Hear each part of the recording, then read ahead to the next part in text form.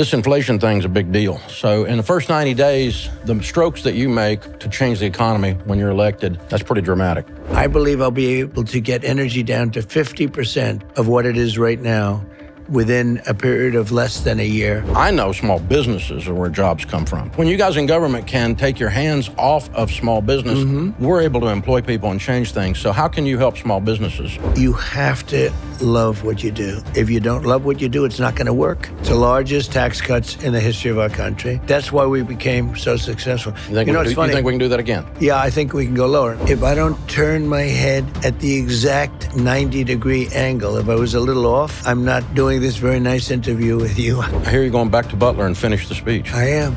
I'm going to say... Hey guys, Dave Ramsey here with The Ramsey Show. If you don't know what The Ramsey Show is, it's a show about life, about money, about relationships. It's not a show about politics. We specifically, over the years, have tried to remind you over and over again that what happens in your house is more important for your success than what happens in the White House. We also realize that this election is a really important time right now. The people are really looking at what's happening. There's a real divisiveness in the air, a lot of anger in the air. So our team reached out to Vice President Harris's team about the opportunity to sit down with her for a long-form interview, and reached out to President Trump's team about the opportunity to sit down for a long-form interview with him and to talk about ideas, talk about what's going to happen, not what has happened, and not about personalities and not about name calling, because both sides are pretty good at all of that stuff. And the fact that I sit down with either one of these candidates is going to piss some of you off, and frankly, I'm perfectly fine with that. It's something I wanted to do, and I felt like it was something we needed to talk about. So I find myself sitting here in Trump Tower, getting ready to interview President Trump for a few minutes. I think you're going to find this really interesting.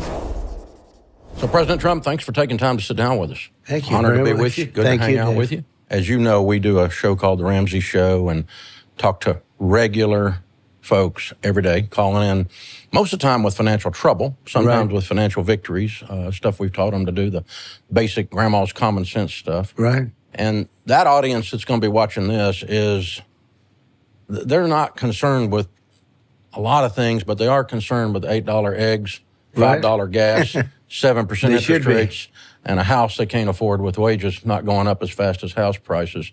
This inflation thing's a big deal. So in the first 90 days, the strokes that you make to change the economy when you're elected are a big deal. What's the first things you're going to do on that? Well, in terms of inflation, you're right. And it's almost inflation over the economy, if you want to really know, because people are getting wiped out like never before. I think it's the highest inflation we've ever had. They say it's the highest in 48 years. I think it's the highest ever. There's never been any mess like this, and it's because of what they did with energy. Also, then they topped it with spending with money, that trillions and trillions of dollars that they didn't need, that's being just wasted. But the first thing you have to do is get the energy down. If you get the energy down, other things are going to follow. You want to get the interest rates down too. And interestingly, even interest rates are going to follow energy, because it's going to take that burden off the shoulders of the economy and off the shoulders of inflation itself. And we are going to drill at a level that you haven't seen since, let's say, 4 or 5 years ago, but even more so. We would have been so dominant by this point. If you remember, when you go back to the beginning of this really failed administration that we're in right now, what they did was they turned off the energy. They turned off everything that I had built. So you turned back on the Keystone. You're going to turn back on the drill, baby, drill line in the in your acceptance speech at the convention. Sure. It says it all. You know, I'd like to use another line, but there's no line that's better.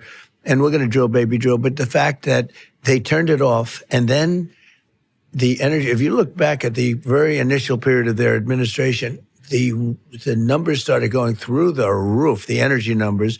Inflation was caused, and then they went back to Trump, where they're trying to equal it, and it kept it bad as opposed to horrific.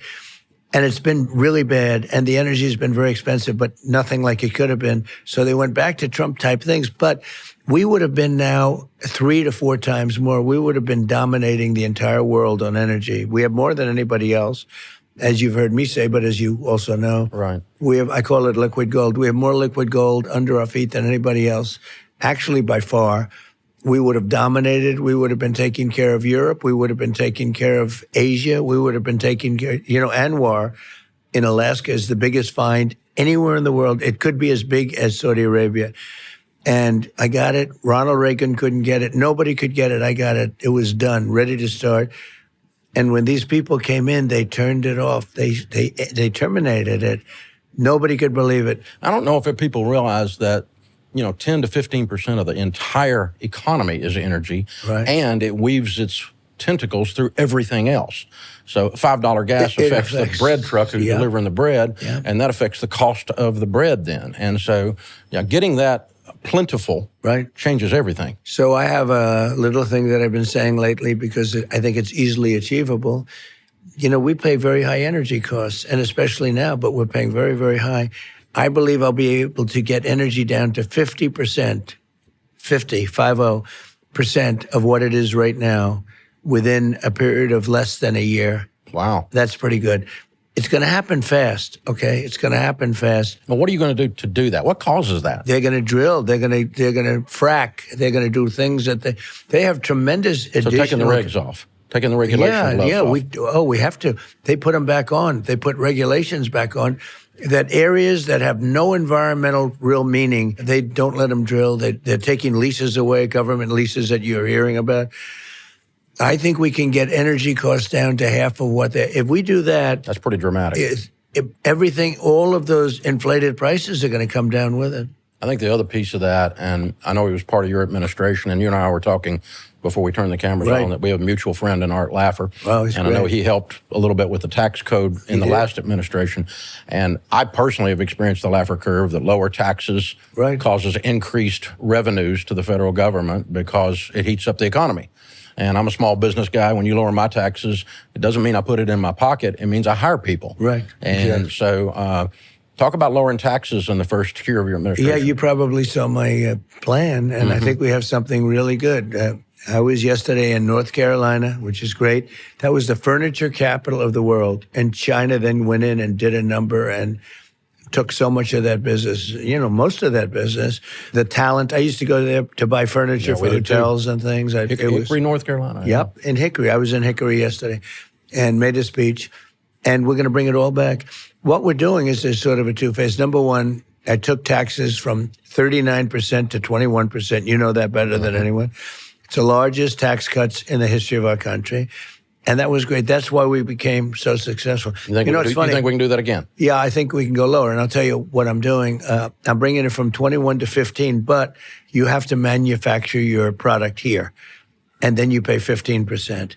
And then I'm going to put tariffs on countries so they can't come in and steal our business, so that our businesses now can be competitive. Not that, China came in and just stole all our furniture and many other industries, by the way, including steel. And I saved steel by putting 50% and 100% tariffs on all of the steel that they were dumping. But we're going to do, so in other words, this is a dream for you then. We're bringing the tax rate from 21. Remember, it was 39, and it was really 50 if you add state and local and all of the other things. So we're going to bring it down from 21 to 15. I got it down to 21, which everyone said was impossible, and got it approved by Congress. So it's there. And we're going to bring that down to 15, but you have to make your product in the United States. Yeah. And we do see federal revenues go up when the taxes go down because the economy goes. You saw it with me. We saw it with Reagan, too. You saw it with Reagan. So at 39%, and then down to 21%, you would think we'd do half, or you'd do much less. In the first full year, we did much more revenue in the United States than we did at 39. In other words, we took in much more money. Which is how you solve the deficit. Bill Clinton almost balanced the budget with the exact same principle. Right. Yeah, that's true. That's true. He did. And cost cutting. Yeah. We have plenty of cost cutting to do, too, and that's okay. Yeah, that's In fact, I'm going to ask Elon, who's a great guy, but he's a pretty good That was a great interview. Yeah, that was a great interview. Yeah, it was. That was some interview. We did pretty big numbers. I hear we did like 900 million people or something. That was a pretty good, but he's a great guy, and he gave me a full endorsement and all of that. But he's got a good sense on that. There's tremendous cost cutting that we can do. and affect nothing.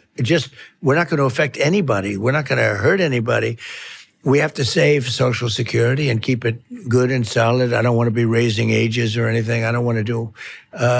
They're putting migrants into Social Security. When they get finished, they are. If she got elected, this country is going bust. If she got elected, we're going back to 1929 depression. It would be a disaster for Medicare, Social Security. They're allowing millions and millions of people to come in. You can't use these schools anymore. The quality of life in this country has gone so bad because of what they've done. One of the things that our viewers know about us, we work with tens of thousands of small business people. And so coaching them, 54% of the gross domestic product is businesses 500 people or less. Yeah. Almost everyone in America, over half, almost 60% of people work for a small business. And I know small businesses are where jobs come from, not from government. So politicians don't create jobs, small businesses do. Small businesses kind of pisses people like me off when when the politicians say they're ones making the jobs. We're the ones making the jobs. But when you guys in government can take your hands off of small business and allow us to do our thing, we're able to employ people and change things. So how can you help small businesses? Well, the best way is just letting them do what they have to do, but we still have to give them a playing field. If we don't give them a level playing field, they will die. And that's what happened before. That's why China came in. That's why they came in, and they came in at a level like nobody's ever seen, and we did nothing about it. So the word tariff to me is a very beautiful word because it can save our country, truly. And yet, I think because of graft, because of a lot of consulting payments and other things that given by other countries, we have so much fighting with politicians on using it. I saved our steel industries by putting tariffs on steel that China came in and dumped. And you know what they do? They dump and dump and dump. Everybody goes out of business. Then they buy those businesses very cheap, and then they raise the prices to higher than they ever were. That's one of the many benefits that they have if they want to do it. But by putting tariffs on, as an example, in the furniture business in North Carolina, it was so vibrant, and they stole our business. And they charge us, if you wanted to build a furniture place, if you want to sell your furniture in China, they won't take it. But if you want to build a plant in China to make furniture in China using their labor, they open it. We're doing the same thing. But a lot of people are, we don't want to have tariffs. The country was at the richest point in its history in the 1890s. It was all tariffs. If you looked at William McKinley as an example, he was a big tariff president. They had committees that were put in charge of what to do with the money. We were taking in so much money. And McKinley would say, why should we let other people come in and steal our factories and steal our workers and steal our jobs? And why shouldn't we benefit? And he tariffed the other countries. And we made so much, and then they went to the income tax system later on. But they would actually they had a blue ribbon committee. Our country was so rich, they didn't know what to do with the money. And this blue ribbon committee was set up to determine how can we spend all of this money, and they took it in through tariffs.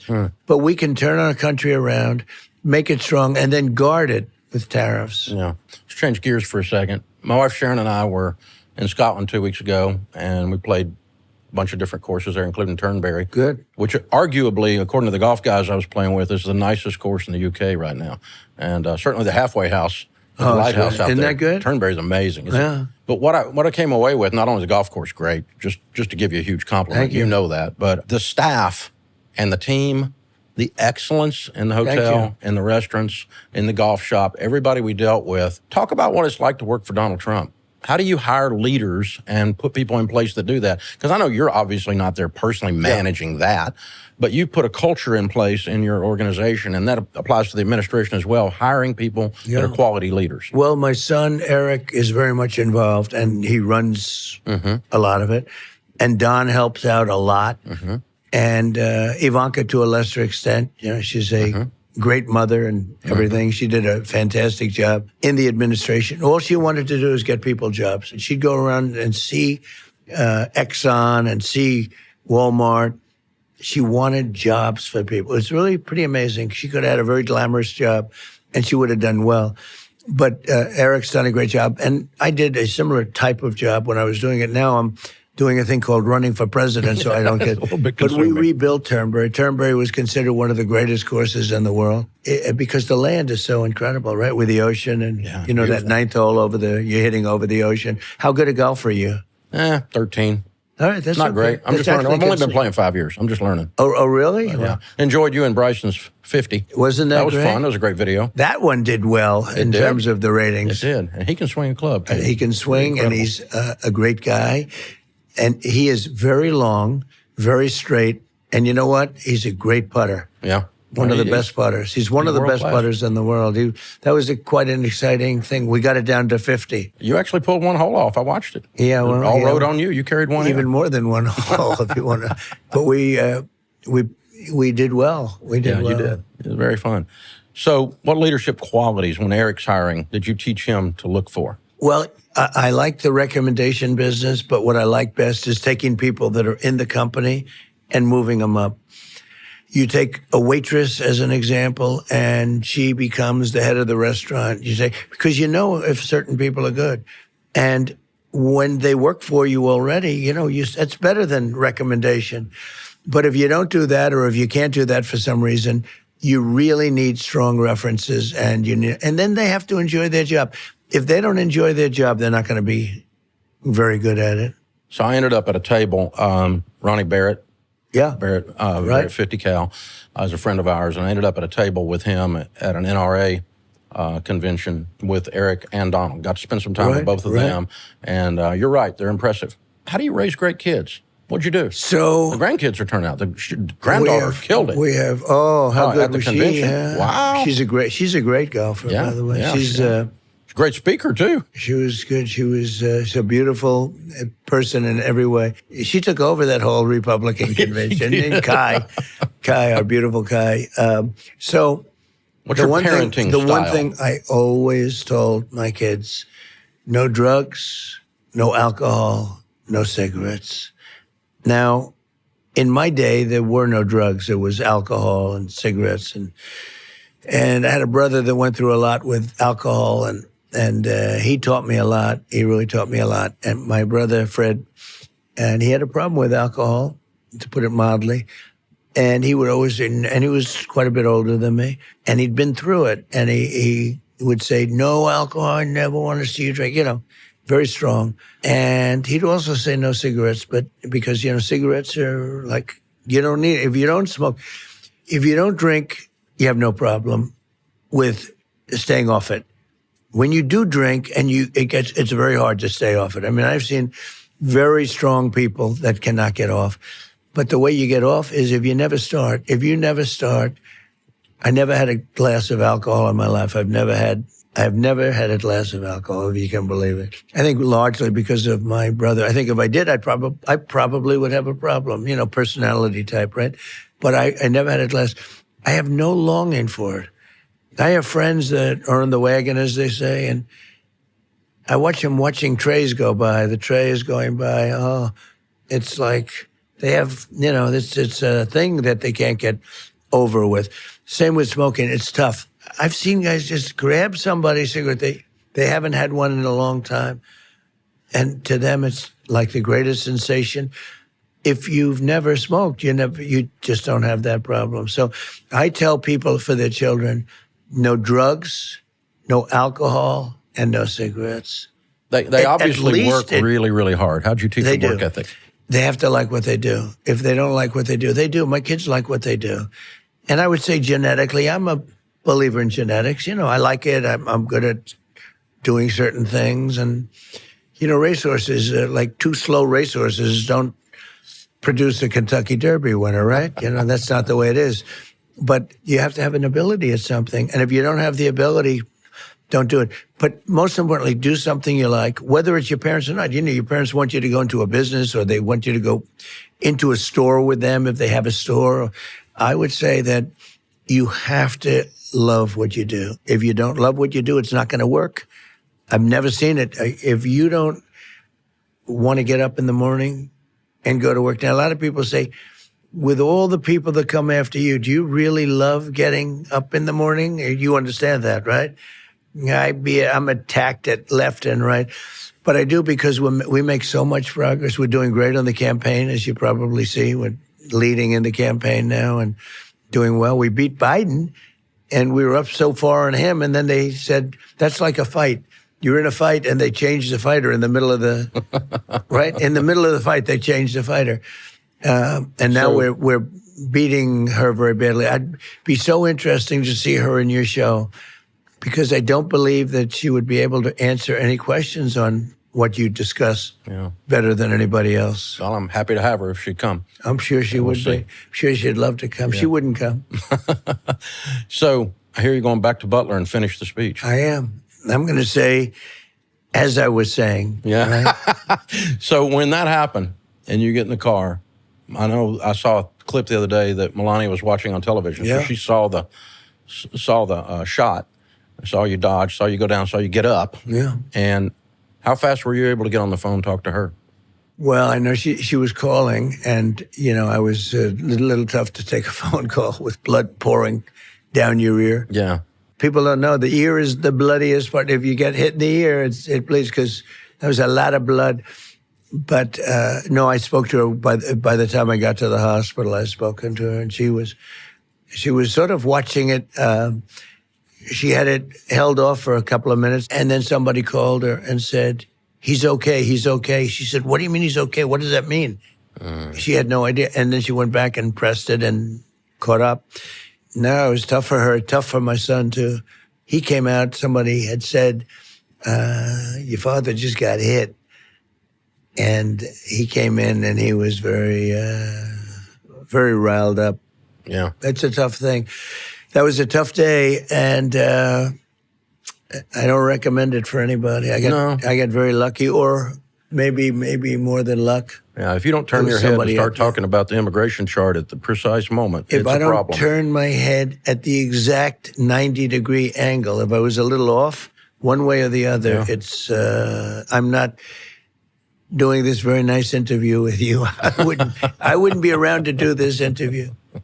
So when you were in the White House for 4 years, you were talking about loving your work earlier.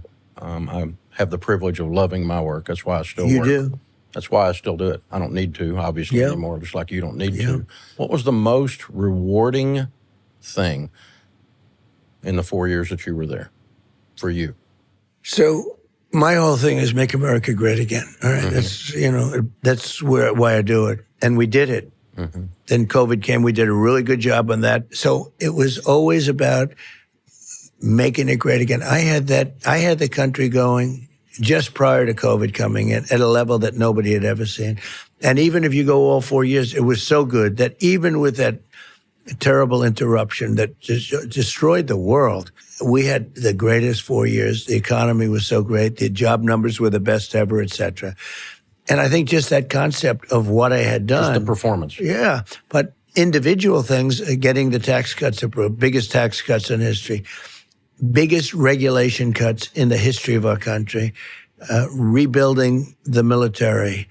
We did a job in the military. I rebuilt the whole military. And then you see a lot of that military being given to Afghanistan stupidly because they left the country. I mean, and now you see them parading it back and forth.